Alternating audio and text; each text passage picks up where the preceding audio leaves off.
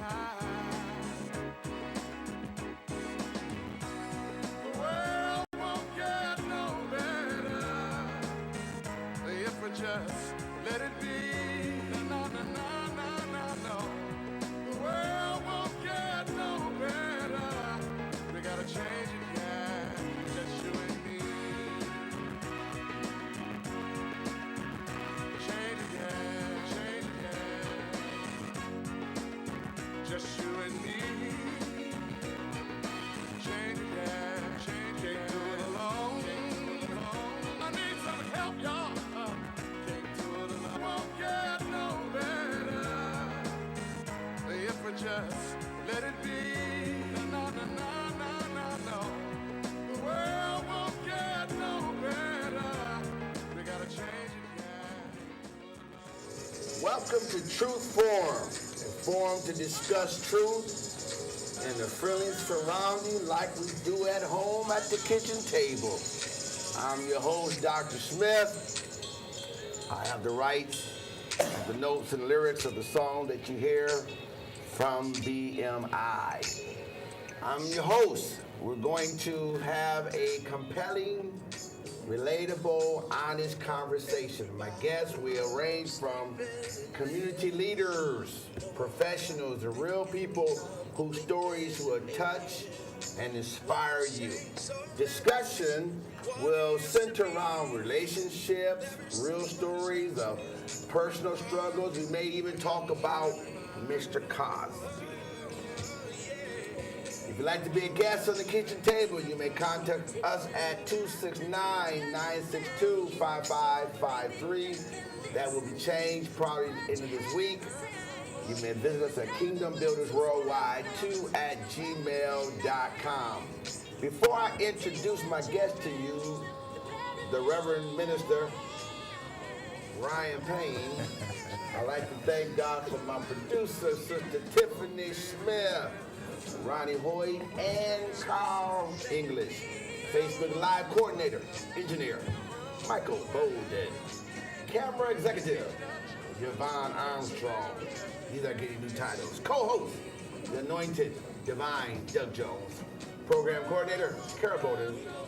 And again, our guest. Let's give God a praise for our guest, Mr. Ryan Payne is in the house. Doug, we haven't been here in about 2 weeks, seems like. No, it's been 2 weeks, yeah. It's been a while. I hope y'all haven't forgot about us, and I hope you haven't tuned into CNN and left us. We are still here. And we will be here sometime. DJ, how you doing today, man? I'm doing great. Bishop, how are you? Well, I'm doing better than most people. That's good. But you're still blessed. I said I'm doing better than most people. Okay. So, of course I'm blessed. So, Mr. Payne, I'm just happy here. We finally got you here on the show. We have, I've seen you at the studio, and we've had some conversation. Just give us a brief intro about who you are and what you do, and then we'll go further in that conversation. Okay. Well, I'm Ryan. I am a minister at New Harvest Christian Center. I volunteer here at AccessVision because I record our shows, and I do, sometimes I work with Tom recording the basketball, football games and stuff like that. I'm also a football coach at Battle Creek Central right now. And I think that's where I met you at also. One of your young men is receiving, my mother, Georgia Howard, has a scholarship, and I think his name is Bolden. What's the first name again? He's a quarterback and a wide receiver. Paris. Yeah, he received one of our scholarships because he had pretty good marks and some things that was required, and he met the description. From a football coach perspective, you hear, and you've been a minister, and we hear about all the different tragic situations as it relate to African American young people, and of course, unfortunately, the Joe Bowser situation and all these things. How do you say sports actually can help those situations? Where is the priority list on the sports? How would you look at that? Being a coach, how would you see how sports can maybe help those challenges? Well, being a youth, back way back. I also played football at Battle Creek Central. I played sports. And what I noticed is, looking back, that kept me out of the streets. So I didn't have time to get into other things because I was so focused on sports and school. And it came a time, my senior year, where I could not play football because I missed summer camp. Coach Slammer was strict on that. So I came to practice, the first day of practice, he turned me away at the gate. He said, "Where you been all summer?" I said, "Well, I was on vacation with my family." "Sorry, son, you can't play." So it kind of turned me away, and I finally. Now, what grade were you in? I was in 12th grade at that time. And you played your 11th grade year? I played my 11th grade year at Central. And your 10th grade year? And my 10th grade, and my 9th grade year. Same coach. Would Lambert be considered, back then he was just the varsity coach only? Slammer was just a varsity Slammer? coach. Yes. So this is your first time dealing with Slammer? Yes. Okay, Yeah. all right. But the JV coach knew of you? Yes. And were you a and decent freshman. player? Pretty good? I would say I was. You held your own, okay. Yeah. Okay, so go ahead.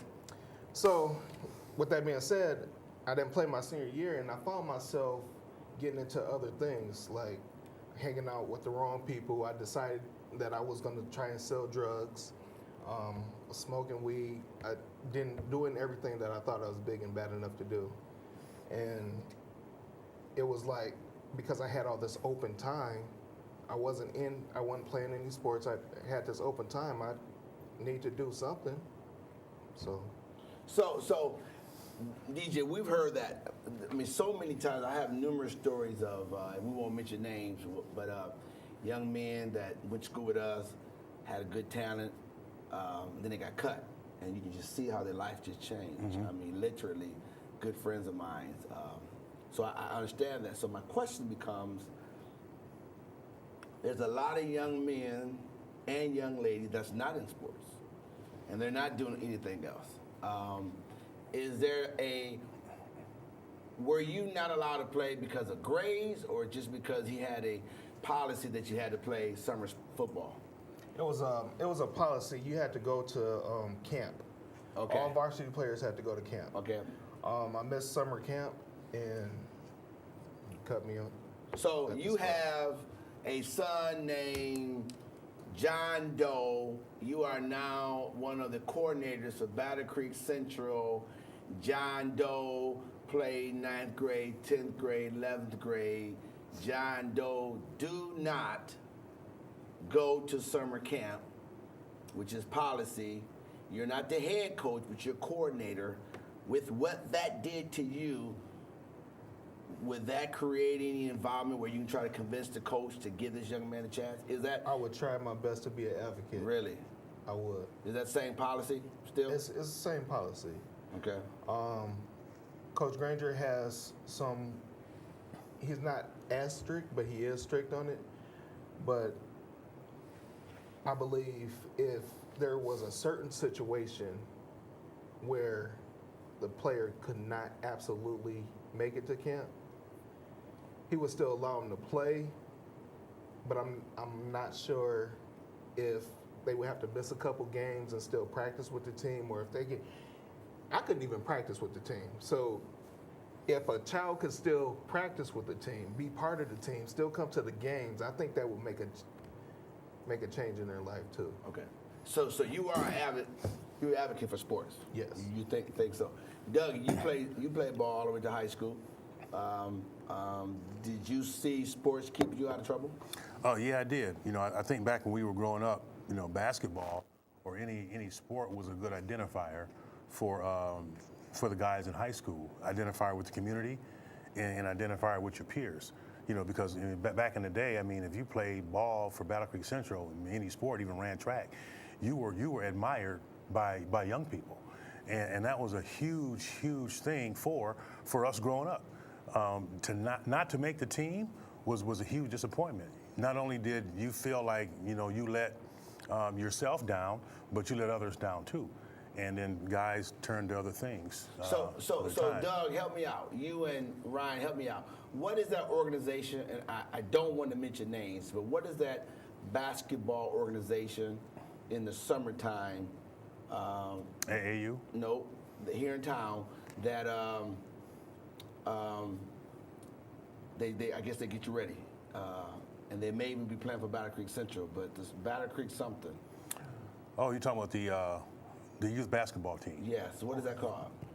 I should know it because I've seen them a couple of weeks ago. I'm not sure. Okay. Well, I'll go and say I think Fred Jones, Mr. Jones, is over that. Mm-hmm. I think I've seen Michael Whitaker was involved with some of those kids. Right. So.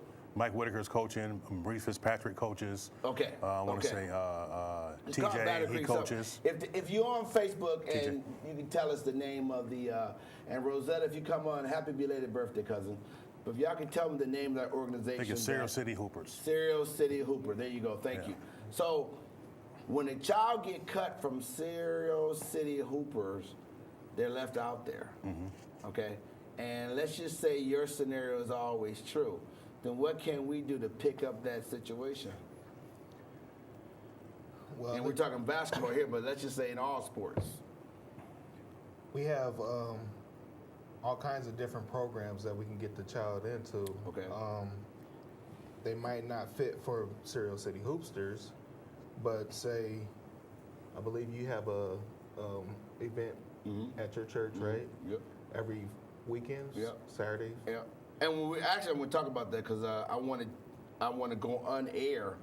And what's the name of your church? New Harvest. I want to go on air and challenge all the New Harvest basketball players against Kingdom Builders Worldwide. All right, yeah, I hear that. Challenge you all. So, whenever y'all ready, Pastor, I know y'all do a lot of workout.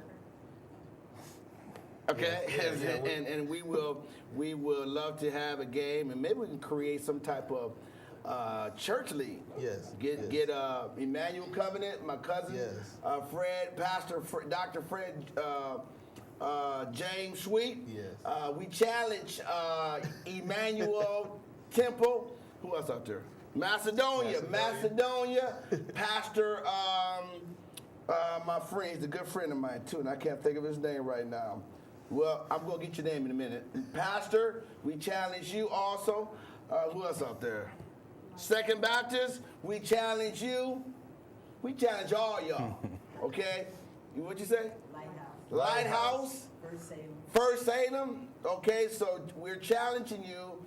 But the real goal is just to have a fellowship and be able to bring brothers and sisters together and just have a good time. Yes. So Ryan, get me back on your story. Okay. How did you bounce back? Obviously, you ended up doing some good stuff with your life. So you went through a little dark moment. Yes. Doing some stuff. What turned you around? All right, so actually, it was 2006 is when I came back into church. First, can I back up and give my testimony? Absolutely. All right, so first I started out going to church with my grandmother every Sunday. She would take me to Sunday school. She did not force me to stay for the afternoon service.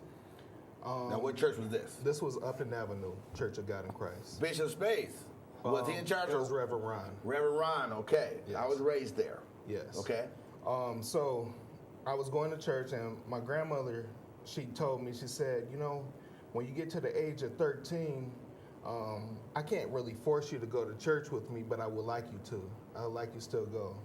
And that's the wrong thing to say to me because I had my weekends and I wanted to sleep in. So I hit that age, 13, 14 years old, and I would still go, but I would miss Sundays, and I just started falling off. And then eventually I just stopped going to church. Well, I come to my senior year where I didn't play football. I decided to start getting in the streets and selling drugs. And at one point in time, I was carrying a pistol, and I was just walking around the streets of Battle Creek and just thought I was untouchable. And one time I got jumped, I got pistol whipped in the head, and somebody pulling the trigger, but the bullet didn't go off. So I know that was nothing but God right there, that he had his hand on my life. Now, before you go further, because this is falling right in line, and I didn't know any of this, so this is great. Because I'm struggling with all of this that's going on as we see. Now, I'm looking at you, and you just seem like a really good guy. But there was a time when probably people didn't see you as a good guy. And there's a lot of children like that right now. So when you continue your story, talk as if you're talking to them, because something changed you, and it's proven. Because I would have never, I've been gone, so I don't know your history. I would have never pictured you this way at all. And I don't know if it's a survival mode, but when you share your testimony, kind of tell me, or I'll ask questions, you know, what made you get so far in that game, and, you know, was it a survival reason? Because when I listen to people, that's how I create my data and try to analyze certain things. So continue on, please, and thank you for sharing. All so right. It's your show. You're talking to these young boys too, but go ahead. You got pistol whip. Yes. That mean a gun. Somebody hit you with a gun. Somebody hit me in the back of the head with a gun. It was right there on Hubbard Street, right in front of, we call it the Hood Store. Okay. On Hubbard. It's tore down now? It's tore down. I know now. you're talking about. It's burnt down. I know now. you're talking about now.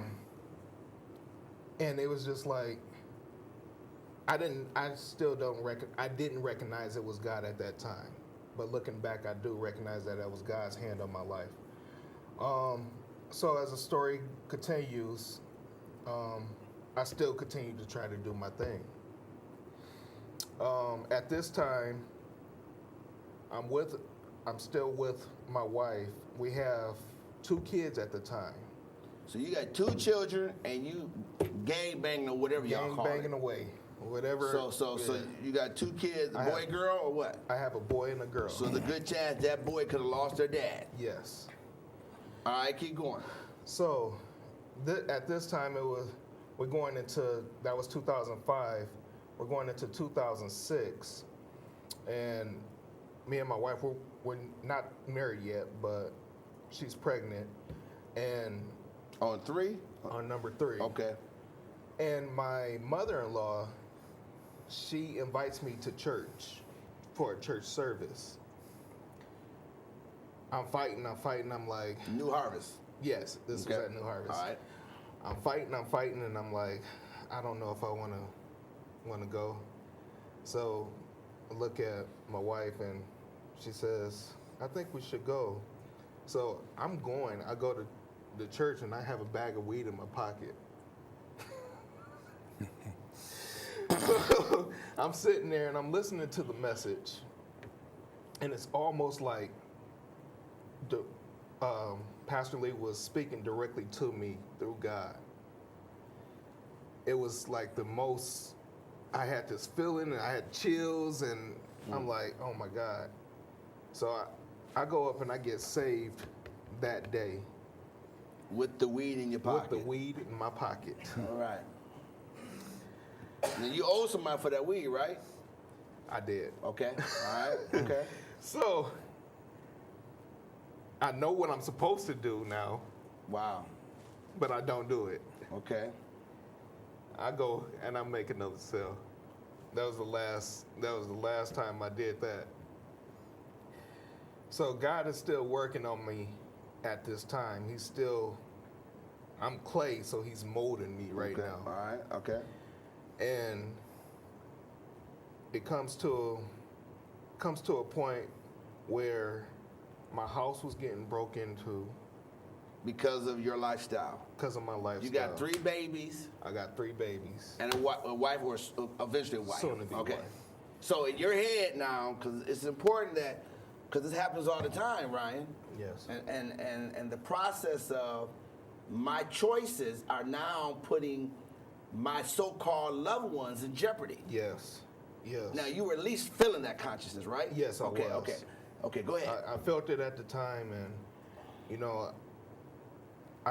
I told my wife, I said, I have to be done. I have to be done with this.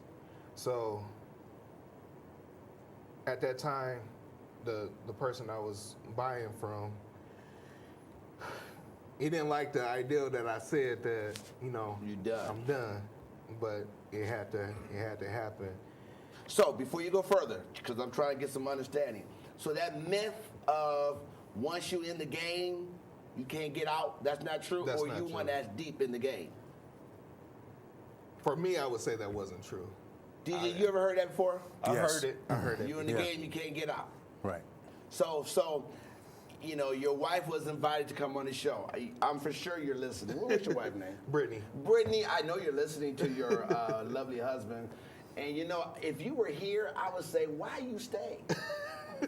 Because you can help us understand, Brittany. What was it? Was it these muscles? This big dude now. What was it? That would have been helpful. But now, since you're not on the show, I want to ask him why you stayed. Why you think she stayed? No, I asked myself that too. I do. Thank you, Brittany. Thank you, first of all. Go ahead. I believe that she was looking at me and I was looking at her, and you know, even though we were high school sweethearts, Okay. so we've been together since high school, and we just figured that we wasn't going nowhere. She said we got 3 kids They now. call it ride or die, something like that? Yeah. Ride or die, okay. And I'm like, I'm not going nowhere. She said, I'm not going nowhere. So at this Go, time, Brittany. we're back in the church. She grew up in church too, so we're back in the church. And Pastor Lee, he's saying that she was pregnant, and he was like, "Hey, I see a future on you guys' life Okay. within the ministry, but I can't have you out of wedlock." Okay. Like, Okay.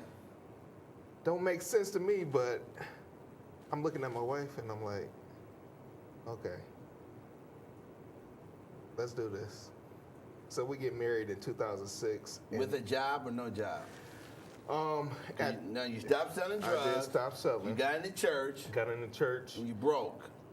I was broke. Did she have a job? Yes. Okay. Yes, she did. All right. And then I ended up getting a job at a factory, Asmo. So were you making a decent living selling weed? Looking back at it, I would say no. Compared to the factory job? Yes. You making more than the factory? My question is for the audience, why is it really? They come to me and say, Bishop, man, I'm not going to McDonald's. You know, I got to make a living. How much of that is just truth, or how much of that because they like that power? Isn't there a sense of power when you got people asking you for a product? Yes. Is there a sense of power? Yes, it was. And so sometimes it's more of a power thing. Right. And that's because you're a man. Right. And as a man, you have that need. Yes, and you want to feel like a And man. yeah, exactly, exactly. So you do that. Yes. Okay, I got you. And then you go to the factory, you was probably just a chump. Yeah. Low, talk to you any way you want. Yes. Yeah. Yeah. And then that just gets you messed up. Yes, it did. So let's rewind. Was the dad in your house?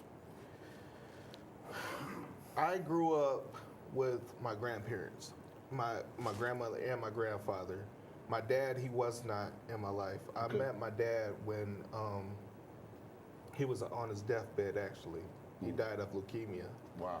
But my dad, I learned some history of my dad, and I believe this is why I feel like I got in the streets. Because my grandparents, they didn't raise me like that. Disconnect. They're Yeah. older, They're- different generation. Yeah, and my grandfather, he retired from the Federal Center. So, I mean, we wasn't really hurting for money. Now, you're not the Paynes that was on Washington Street. Are you kids to Back Creek Paynes? Yes. With Ray Payne? Raymond Walt. Payne. Walt? Walt Payne. Yes. Well, I know your people. Yes, Wait a those minute. are my people. Well, who lived Algonquin Street, way at the corner? Used to be a yellow house at the corner. That might have been my Uncle Arnold. I'm not. Well, one of them was my baseball coach. Walter Payne. Walter Jr., Payne. That's my grandfather. That was your baseball coach because he had a baseball team. He was my baseball coach. Yes, he wow. Great man. Yes. Why? He passed away? He passed away. I hate to hear that. Okay, I didn't know that. Yes. He was my baseball coach. Yes. Yeah, I got a picture with him. Yeah. I gotta find it. Okay. But go ahead. So, again, we continue to talk about this whole thing about dad not being in the home, and we hear this data, and it's proven to be true. So why you think we're still not in the house? Why? I mean, come on, y'all. We're listening. Before I even deal with the women, I'm talking to the men. Right. We're seeing. I tell these young men right now, DJ, you can chime in once I hit this point. We see, man, my dad did me wrong. My dad wasn't in my life. But then they have a little son that they call Shorty, which makes no sense. Right. Okay, now he's in your life, and you're doing the exact same thing that your dad did. And we're continuing this cycle. Philosopher, why we do that, man? Is there a reason besides blaming it on the devil? You can't blame the devil. Absolutely. I mean, you have a choice to make. You would think that a young man who didn't have a dad in his life would actually want to turn it around so his son doesn't have to follow the same footsteps as him, or his grandfather. It's just a vicious cycle that needs to be broken. It's almost like you're consumed with what happened to you, and you somehow you got to let that go and release it. Yeah. And make sure you take care of your kid. Absolutely. Yeah. So back to you. So now you're going to church. You got a great pastor getting you on the track. You said you're going to get married. So you become Mr. and Miss Payne. And boom, what happened from there? All right. At that time, I began instantly after I got married working into ministry. I always had an interest in sound. Okay. Working with the soundboard and everything, but I never knew anything about it. So the pastor he put me in the media department, and I was working with a young lady, and she barely knew the soundboard, but I ended up learning myself, like by trial and error. Okay. Kind of teaching myself, and then I had some people come in and train me a little bit further on the soundboard.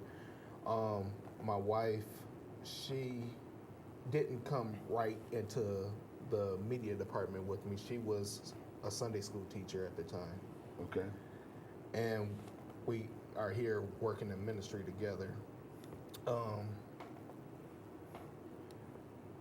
At that time, she, while she was doing Sunday school and I was doing the media, she didn't have an interest in teaching the young ones anymore because she started working into doing flyers. Okay. And she was working with the computers and doing graphic designs. Okay. So at that time, Pastor had moved her into the media department, and then we became media leaders. Okay. And you got history, right? Don't y'all have some type of business or something on the side? Yes. So talk about your business, the name of it, what you do, what kind of products or services you offer. Okay, so my wife, she has her own business, and I have another business partner that I'm working with. We'll talk about my wife's for a minute. Hers is Divine Designs. She is a graphic design artist, and she does different flyers and publication stuff for different churches. Okay. Or whoever Okay. wants her services. Okay. My business is DJ's Bounce of Fun, and we do party rentals. We have 6 different bounce houses. We have an obstacle course. We have cotton candy machines, snow cone machine, popcorn machines that we rent out to people when they have birthday parties or they want to rent it out. So black man. You a black man. Yes, sir. We ain't too big of a city. Okay, so you know what I do or trying to do? All Yes, right? sir. Yes, sir. And you have things that we could probably use. Why haven't, 'cause what I'm trying to do, not really to you, I'm trying to get us to become a city that network. Yes. You know, a city that network. Yes. Now, if we have a facility that we need for our children, and then you can allow us to, we can rent from you, so now we're still taking care of your business, you're providing the service, we want to go all the way to California. Why we don't have that communication? And not just me and you, but from a city perspective. You know, in other words, you know, there's no reason why, is it New Harvest? Yes. There's no reason why New Harvest and the Kingdom Builders don't have a fellowship. Exactly. Okay, there's no reason why an Emmanuel Covenant and a Freedom Temple, Freedom Faith don't have. That's totally insanity. Yes, all right, I agree, Because 100%. we're missing out on certain tools. Now, I'm sitting here, had no idea you have those things we can use. Yes. How we fix those problems? I mean, you agree with that, right? So, I agree. You know, and you're younger than DJ and I. So my question would become, what can the younger generation do to get the old heads to just squash whatever's out there? Because I don't know what's out there. I don't think there's nothing out there. I think it's in our heads to come together. What needs to be done, or tell me what's preventing us from coming together? I mean, we act like Lucky Luciano and Al Capone.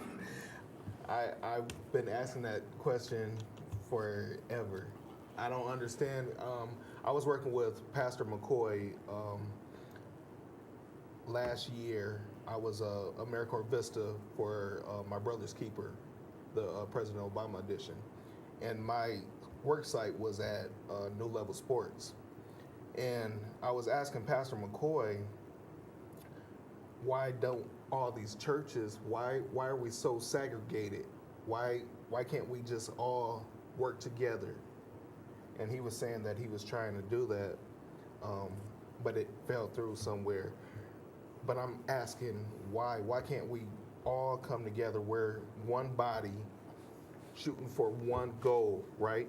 To win souls, save souls. So how come we are so segregated? I don't understand. That's a. So did you coach Joe Bowser? Were you around at the time? I came the year that he was graduating. Okay. So I missed the football season. Okay. But I came into Battle Creek Central at that time. And now we lost a 22-year-old man. Yes. Young. Yes. Future snatched out of here. Yes. Okay. Let's take God out the equation. Was there any youth programs that could have maybe helped deter this stuff? I mean, you were in the game, man. You were in the game. So let's digress. You were in the game. Yes. Were you in the game to provide for your wife and 3 kids? Or were you in the game because you saw everybody else in the game? Or were you in the game because you just wanted that little street respect? I would say it wasn't really to provide, because work was instilled in me at a young age.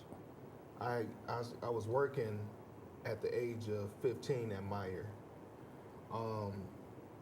So I knew to work, to provide. I would say I just wanted to be cool. I thought that was cool, being in the street. Okay. So let me ask you this question, Ryan. Do you think if you would have played football, you would have turned to selling drugs? No. Okay. At my senior year, that really hurt. It hurt me because football, I love football. Mm-hmm. Football was my life. I played football since I was in the 1st grade. Mm-hmm. And to play from 1st grade to 11th grade, and then you can't play your senior year. Yeah, that's kind of like what I was saying. That identifier, you know, it's devastating when you don't make the team. Yeah. You know, you're a part of something. You're a part of a group of guys, Of a family. It's camaraderie. Yeah. So why did the senior year? Why was there a cap? I mean, was there no other? You at the time wasn't aware that there's a post opportunity, even though you didn't play high school.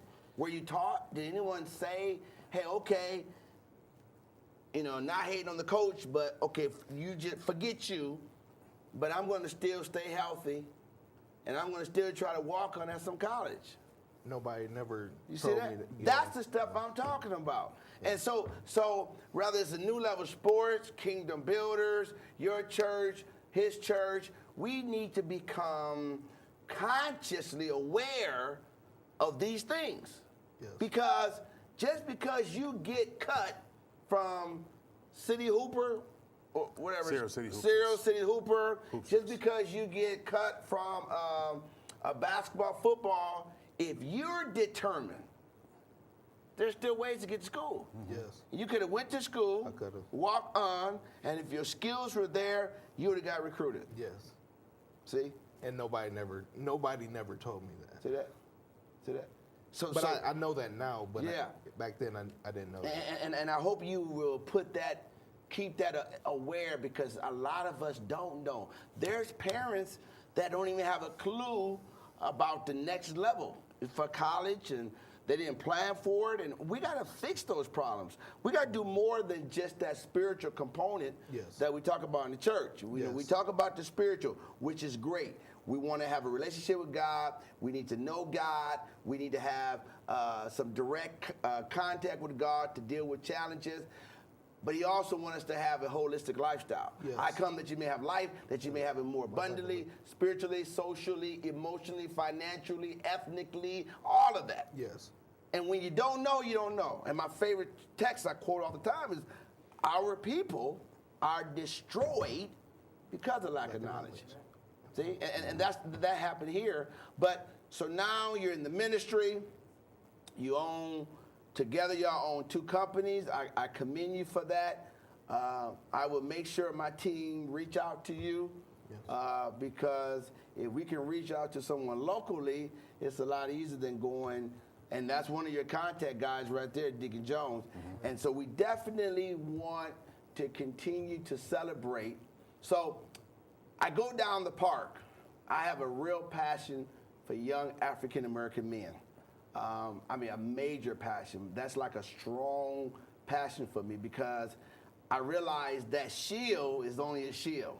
And you're proving it. Yes. Because I would have never thought, you don't even look like the type that was hard. And there's a lot of folks that think they're hard, don't even look hard. Right. But they're trying to be hard. They don't Right. even look hard. Right. Some folks look hard. Right. Most of these children, young men, don't look hard. Right. But you came out. Thank God. Did you do any jail time? No. Smart. How you get on that? How you manage that? Grace. Okay. Okay. That's all I could say. Okay. Because I never really got caught. It was times where, it was people that would come up to me and ask me for something. I'm like, I don't know what you're talking about. I don't do that. I don't know what you're talking about. What do you want? Why are you coming up to me? Why are you asking me for this? Because they look like the police. They look Right. like the feds. So Right. No. So let me ask you and Doug this. Doug and Ryan, help me and the audience understand. We're close in age, Deacon. I personally, I wasn't born. Malcolm X wasn't my dad, okay? And I said Malcolm X because I know some things he taught. I wasn't born in Africa, but I had a lot in my head, even as a kid, to destroy my community made no sense. So to be a drug dealer never made sense to me. Maybe because I saw so many family members on drugs, and I saw what it did. So how do we turn around and sell that product? Help me understand why we do that. I mean, you did it. You were selling a drug that a lot of folks say ain't that big of a deal anyway, but it messed up people. Mm-hmm. You didn't go with the big stuff, did you? I tried. You did. I did try that too. I tried to sell. Dibble some of that cocaine or crack or whatever you call it. Yeah. So with that being said, we're destroying our community. Yeah. How we do that? I mean, talk to me. Y'all talk to me. Tell me, what's that mindset? Why we do that? Because I don't know. I think when a person starts selling drugs, that's the last thing on their mind is what they're doing to the community. They don't think about the impact it has on families and individual lives. And some people start doing it for different reasons, whether it's they're too lazy, they don't want to get a job, or they identify or see somebody who's selling drugs and they want to do what they're doing. They have somebody they look up to. And I want to do that, whether it's a brother or a guy down the street, an uncle, their dad, and they get caught up in that world, and that's what they want to do. It's a letdown of, you know, something that happened in their life, and they want to feel important. They want to identify. That's a way to get respect. That's a way to get notoriety. That's way In to the streets. In the streets. The underworld. Exactly. And then some people just get so caught up in that, and they've done it for so long, that's all they know. In their mind, they can't get out. They're in a mental prison. You know, what am I going to do for the last 5 or 6 years? I got no work history. All I'm doing is selling drugs. And they're stuck on that mindset. You know, stuck on that mindset, and they can't get out. So when they do actually say, you made the big step and you got out. Some guys mentally can't. It's not that they're not capable of doing it. They are mentally stuck in that lifestyle in their head. That, you know what, this ain't for me. I can't have nobody tell me what to do. I ain't punching no clock. You know, they fooled themselves, and they end up going right back into what they were doing before. So, with you, Ryan, and of course DJ, and that's some good points. What percentage is the mama or the girlfriend or the wife is just as guilty? And when I say that, it's because they gotta know, what percentage would you say? I mean, can you really say girlfriend didn't know? No. You can't say that. You really can't say that, Can't say right? that. So she's getting some of the benefits. Yes. And then you go do 10, 20 years, and she free. Yeah. That's the problem. That would be, yeah. I say 99.9% no. Oh, yeah, See? they know. Yeah. I'm sure they do. So any woman that's been with drug dealers were drug dealers too. I would say, yeah. So we need to quit just talking about the men. Enablers. Yeah. Enablers. Yeah. Because they like the jewelry and the clothes, Yeah. and the nails done, and Yeah. the financial benefit. Yeah. Just as guilty. You know? Guilty as charged. Okay. Wow. And so we got a big problem, don't we? Yes. And it's we're recycling the same behavior. It's going over and over and over. And if DJ if he's correct in that perception, and I think he is, then what that tells me is if we don't create some type of income and wealth, we're still in that same bind. So you came out the game, you went legit, and you seeing these drug dealers right now. What you say to them? I know they come visit your church, or if they don't come visit, you see them in the street. How do you witness to them? How do you? I'm young. I'm 22. I feel like I'm gonna live forever, and I'm gonna get into this little weed game, maybe a little crack. My cousin said he'd come talk to Brother Ryan. What you gonna say to me, Ryan?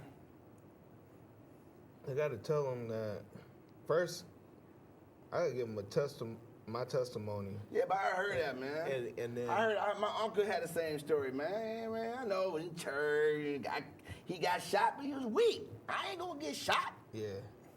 All right. I mean, he got shot because you didn't duck. Ain't nobody gonna be hitting me in the head. I can't believe you let that happen to you. You're right. So what you gonna say, New County? Because they're out there. They are out They there. they don't think they gonna get caught. You can try to help them as much as you can just by talking to them, but I mean, they have to want to change themselves. Yeah. They have to want to change. They have to want it for themselves. I mean, because nobody really never talked to me about it, but I'm pretty sure if somebody did talk to me about it, I'm like, yeah, whatever. So they gotta They just have to eventually want it. want it yourself. Yeah. So we can't save everybody. You can't save everybody. We can't save everybody. We can DJ, try. what you feel about that, man?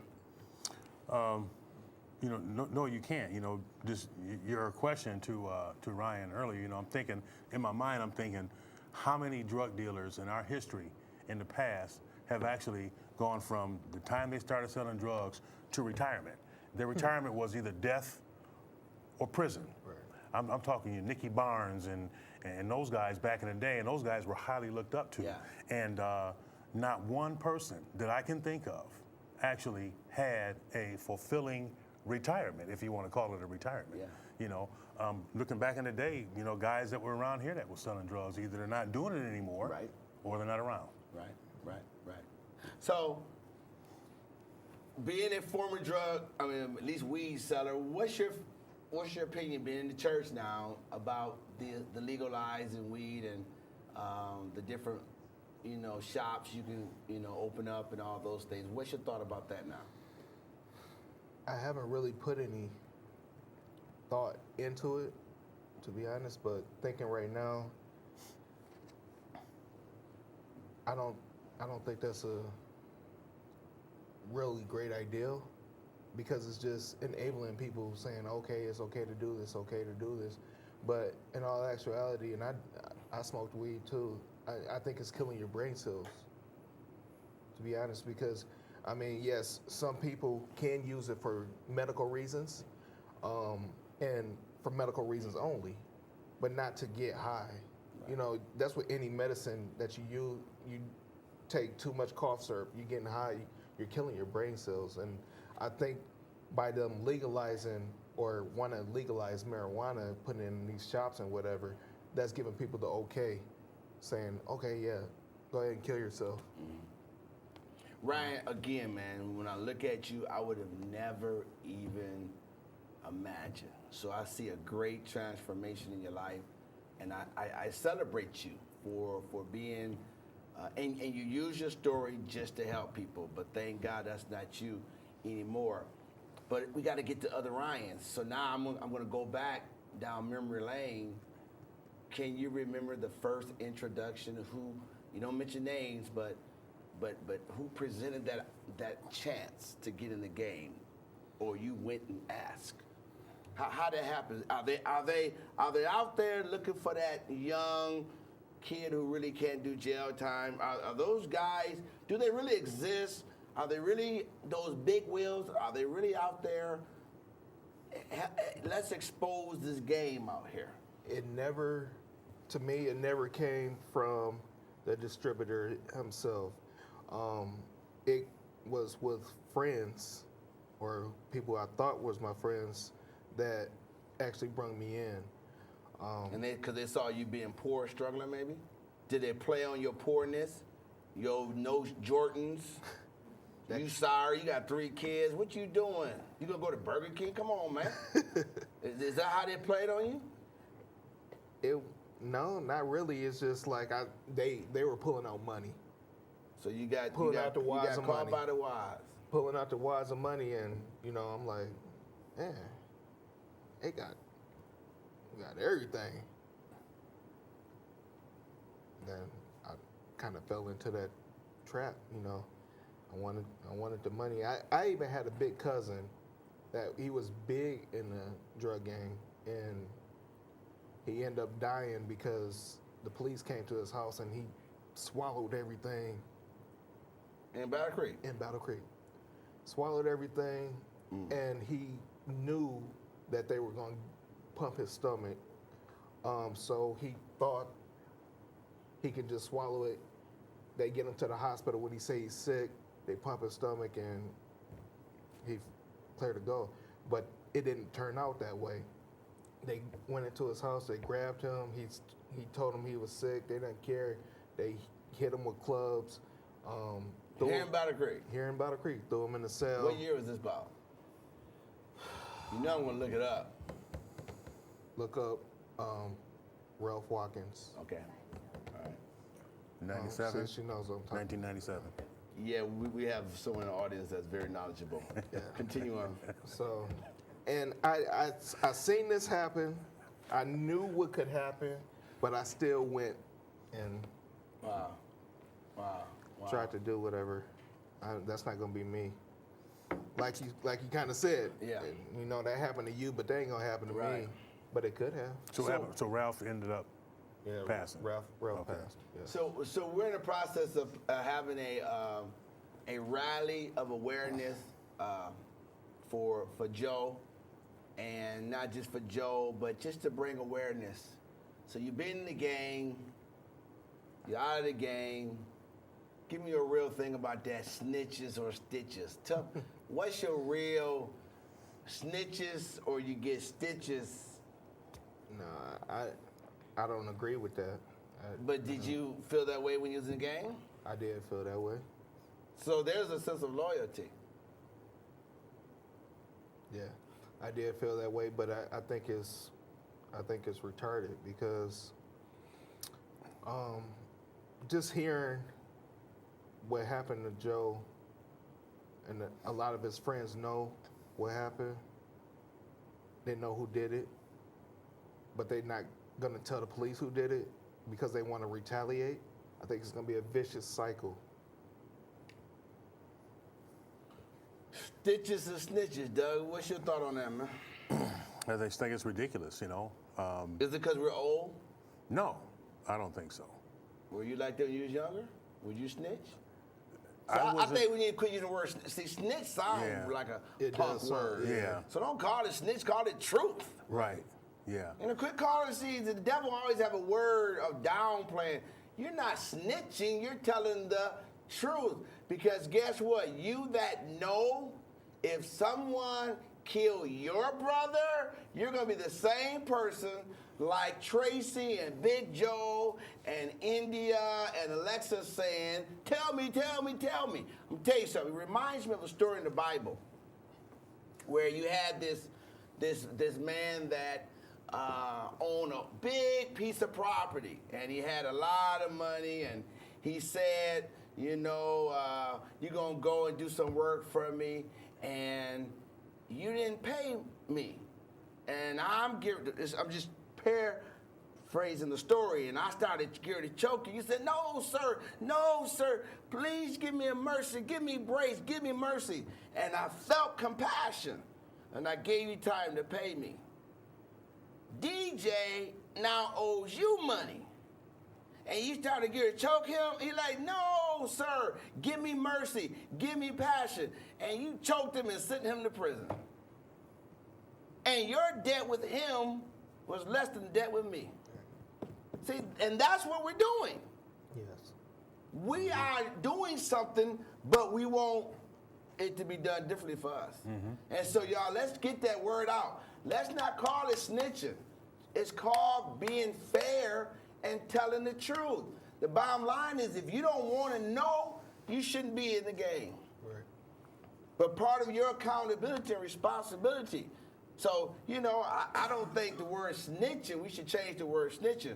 But we're in the process of having a rally, and I'm looking for people, and you that's watching me, I'm going to be sending an announce out. I already have one of my nephews. He's going to be one of the speakers. He's been around the game. He understands the game. He's married to my niece. Jonathan? No, not Jonathan. Not Jonathan, the other one. Antonique husband. And he's going to be one of the speakers. We're just looking for some people to kind of talk, share some knowledge, share some wisdom. I'm not sure if you're going to have any availability on that day, but we'll talk to you more about that, because we got to educate our children, our young people. And we're not going downtown to march to say the city of Battle Creek or they're doing wrong. That's not our argument, because I'm not really a marcher guy, because marching really doesn't change things. But we're going to do this to bring awareness that, hey, you know, we're looking for somebody to come clean, and not just for Joe Bowser, but for all these other moms that's still grieving and grieving. So let's talk further about some other things that's going on in the news.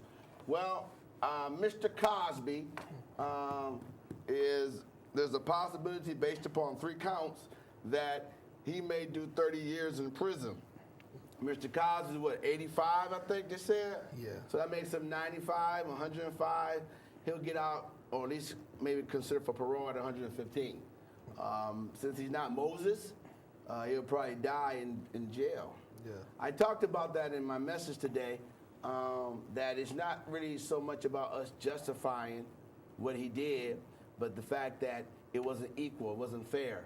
There's a whole lot of men that has done some of the things that he was accused of doing and didn't do any time with that. But what's your thought about that? How you feel about all of that as a young minister and former John Gotti? It wasn't that big. What's your thought about that? I feel like it's all about money. That's what I think it comes down to.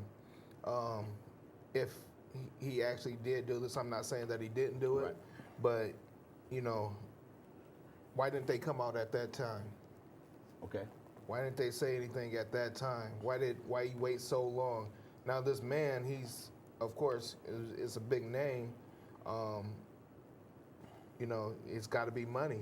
He's blind. He's not gonna live that much longer. Right. I don't understand why you gonna lock this man up.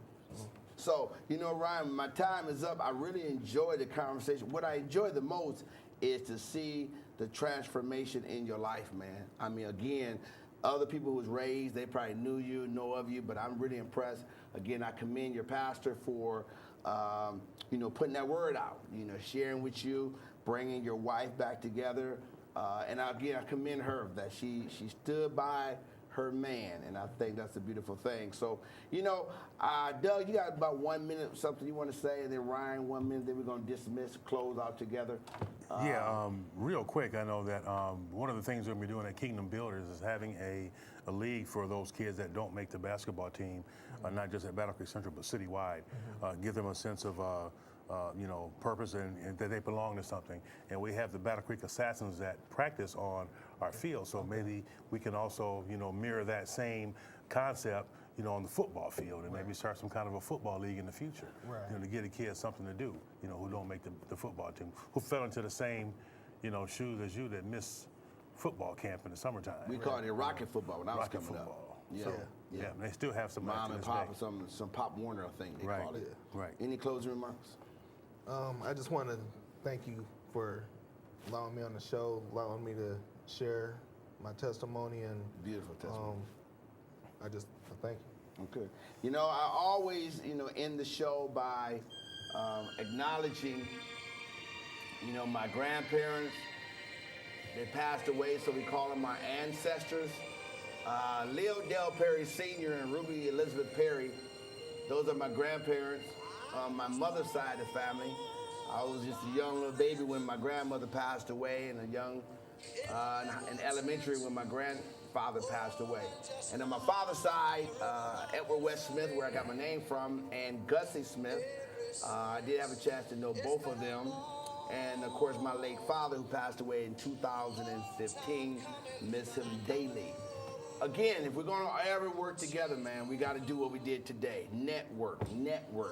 One of the things you got to do as a group of people is to come together like we just did. I promise you, we're going to bring you business because that's what it's all about. I always tell everybody we have to have a map. We have to have a globe. Why? So you understand what's going on in the world around you. You cannot put the blinds down. You cannot ignore our problem. This is our problem, and we as a community can come together and make it happen. That's who we are. That's what God expects out of us. This talk show is just an opportunity for you to share things on your mind and what you'd like to share to the audience. Again, we're so grateful for you, man of God. We just missed some prayer. No, we're going to have prayer.